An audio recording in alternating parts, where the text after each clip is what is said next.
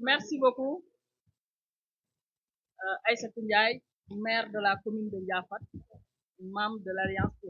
pour la République et du secrétaire exécutif de l'Alliance. Asalaamaaleykum ñu nuyu mbokki suñu mbokki journaliste yi nekk yëpp di nuyu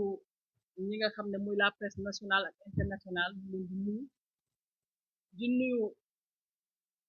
ñi nga xam ne les militants de l'Alliance pour la République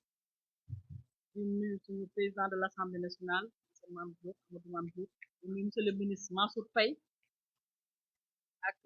gis nañu Massaly Néné Fatma Tall ak ñu bokkal président bi yëpp di wax ne nag tey dañ ci daje pour wax ne lu ëpp tuuru te mu ngi bëgg a ëpp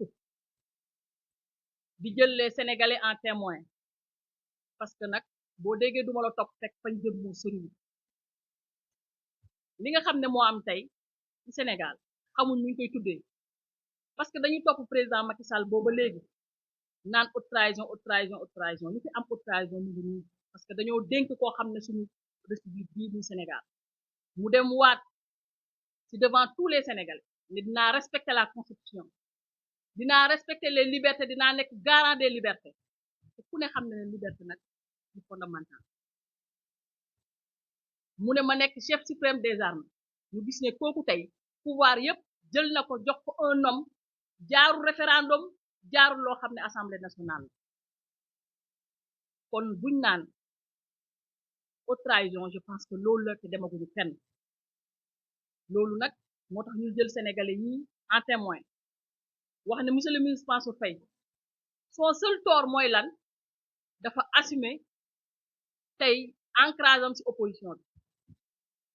toogal sénégalais yi nag gis li jaxut ci réew mi li baaxut ci réew mi ak li ñuy def naka sudul noonu mu koy wax sénégalais di ko dégg mu ci dut baaram loolu leen nit waaye du leneen parce que nag mënuma comprendre nit di voyager ñëw aéroport nga ne ko doo dem te amul benn décision de justice boo xam ne taxaw na jox nga ko ne ko waroo voyage amul benn yoon parce que nag ñoo comprendre nañu parce que sénégalais yi jéem nañ leen nax ci rapport parce que nit ñi nag benn yoon nga leen nax mais mënoo leen nax ñaari yoon génn nañ ci rapport Cour des comptes ndax rapport la bu baax sax mu déet desi naa leer parce que fàtte nañ ko dugal nañ ko ci waar yi parce que xam nañ ne jàllul ci bopp sénégalais yi parce que nit ñi nag mënatuñ leen nax parce que lu tax mënatuñ leen nax dañoo waxoon ne nguur gi fi nekk 10 ans ñu leen di sosal sàcc 10 ans ñu leen di sosal naka su dul noonu ñu ñëw ba tey au pouvoir xam ne lañ doon wax amut ñu bugg a teg ci loxo sénégalais yi dara du noonu lañ ko ci tegee parce que Mansour Faye sénégalais la comme ñëpp amut luñ ko fi waxut ci 10 ans yi ci 12 ans yi nekk au pouvoir waaye au finish bi ñëwee ba tey ñoom ñëw au pouvoir gis nañ ne amul benn rapport bu épinglé Mansour Faye dugal nañ wëraat nañ comprendre nañ nag ne suñu leader le président Macky Sall lañ bëgg a atteindre mais te ñoo bañ a yee gaynde guy nelaw ndax ñu ragaluñu ñoom nag seen exemple bu leen doyut ñu génn kaso ñoo pale ñu xam ne nag ñu ragaluñu kaso segem président Macky Sall nag en 2008 la desoon nag yàlla kese bañ ko buggee toroxal mu jëm lépp delloo mandat député ak nguur nu mu neexee delloo mandat maire ak nguur nu mu neexee delloo mandat conseil municipal du tey jii nag lay rabaisser seen kanam du tey jii nag la benn militant wala responsable alliance pour la république laa wax waxuma ay dolli APR nag ay APR laa wax ñun duñ ay ragal xam nga APR dafa am dolli APR dafa am mais ñi nekk APR de souche duñu ay ragal parce que parti bi nag dañ koo fondé dans la douleur ñu bëggoon toroxal nit ñu taxaw ñu ànd ak moom dugg au fin fond du Sénégal des coins et des recoins wax ak sénégalais mu ñëw nag yërëm les sénégalais ñëw ñu doon wax ne ronkoñi baadoola mooy siim cerey buur tey mu jël cerey buur di siim ronkoñi baadoola moom la président Macky Sall doon def fi lu nekk bourse familiale CMI lu nekk rek lu ñu xalaat muy protection sociale rek defal na ko askan bi ñu gis ñi fi ñëw tey mbooleem luy dimbale askan bi rek mbooleem loo xam ne mu ngi taxaw askan bi rek jël nañ ko dindi ko parce que amuñu problème man dama wax ne amuñu problème ak waa APR problème ak askan bi lañ am parce que ku ñu gis ne tey taxaw nga yaa ngi nekkoon koo xam ne yaa ngi fat gàcce yaa ngi nekkoon xam ne yaa ngi déggal dimbale néew di doole rek jéem nañ la bëgg laa làq jant bi ce qu'on appelle chez nous la Umrah ou encore le petit pèlerinage à la Mecque. Il aurait voulu, par la même occasion, rendre visite à sa mère, déjà sur place. Mais grande a été sa surprise de voir un agent de la police de l'air lui signifier son impossible embarquement dans le vol Air France en partance pour Paris. À la question des raisons expliquant le refus de sa sortie du territoire national, terrible fut la réponse de l'agent.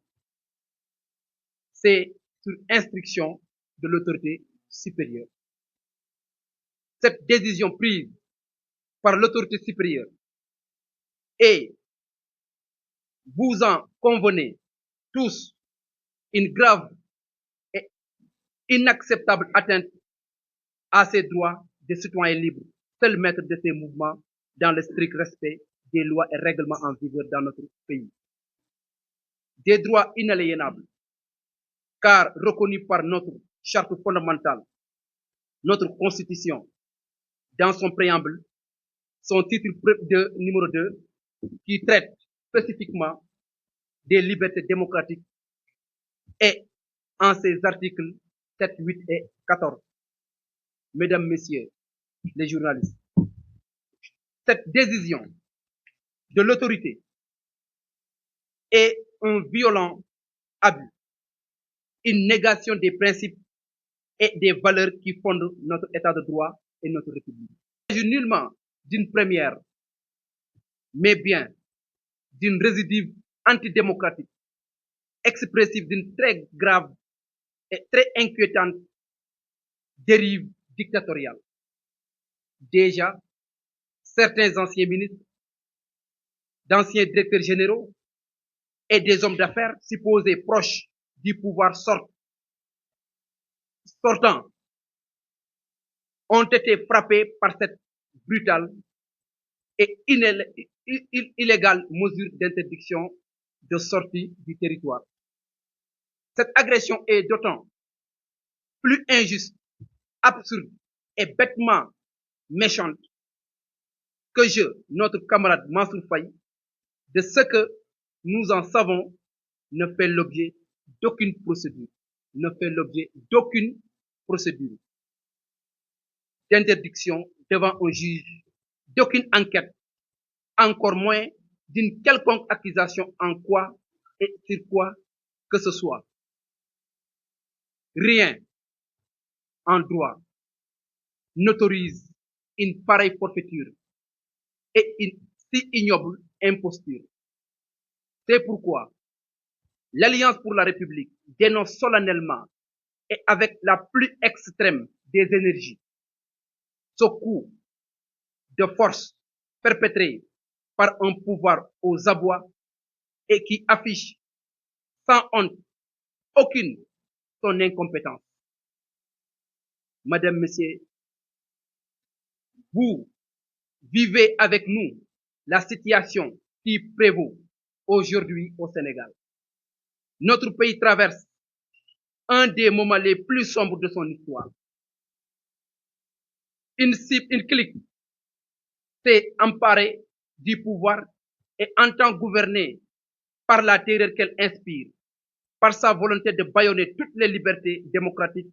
et par la répression de toutes les revendications et mobilisations sociales. Sans aucun doute, c'est sur des bases exclusivement politiques, voire politiciennes, que le pouvoir s'attaque à notre camarade Mansour Faye et à bien d'autres encore. Il l'avait fait, du reste, avec Farba Ngom et Tahirou Sarr, injustement emprisonnés, à qui nous renouvelons notre soutien total. Mesdames, Messieurs, après avoir agressé hier de hauts responsables de notre parti, et aujourd'hui, le camarade Mansour Faye, le pouvoir vise à la fois le président Macky Sall et l'ensemble de notre parti, l'Alliance pour la République.